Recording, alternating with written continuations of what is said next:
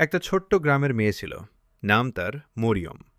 মরিয়ম ছিল খুবই শান্ত আর ধৈর্যশীলা, কিন্তু তার জীবনে ছিল অনেক কষ্ট। পরিবারের আর্থিক সমস্যা, মানুষের অবহেলা, সব মিলিয়ে তার মনটা সবসময় ভারী হয়ে থাকত। প্রতিদিন রাত হলে সে চুপচাপ নামাজ পড়ে আল্লাহর কাছে কাঁদত। একদিন খুব কষ্টে ভেঙে পড়ে সে হাত তুলে দোয়া করল, আল্লাহুম্মা ইন্নী আউযু বিকা মিনাল হাম্মি ওয়াল হাজান।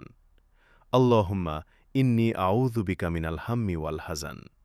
সে বলল, হে আল্লাহ, আমার দুঃখগুলো তুমি দূর করে দাও। আরেকদিন সে গভীর দুঃখে এই দোয়াটা পড়তে লাগল, লা ইলাহা ইল্লা আনতা সুবহানাকা ইন্নী কুনতু মিনাজ জালিমিন। প্রতিদিন সে এই দোয়াগুলো পড়ত আর আল্লাহর ওপর ভরসা রাখত।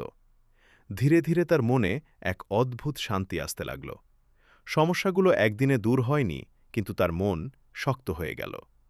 কিছুদিন পর গ্রামের এক ভালো মানুষ তাদের পরিবারকে সাহায্য করলেন। মরিয়মের পড়াশোনার সুযোগ হল, সংসারেও একটু স্বস্তি ফিরে এলো। মরিয়ম বুঝল, আল্লাহ কখনোই কারো দোয়া বিফলে যেতে দেন না। হয়তো তিনি সময় নিয়ে, কিন্তু সবচেয়ে সুন্দরভাবে তা কবুল করে।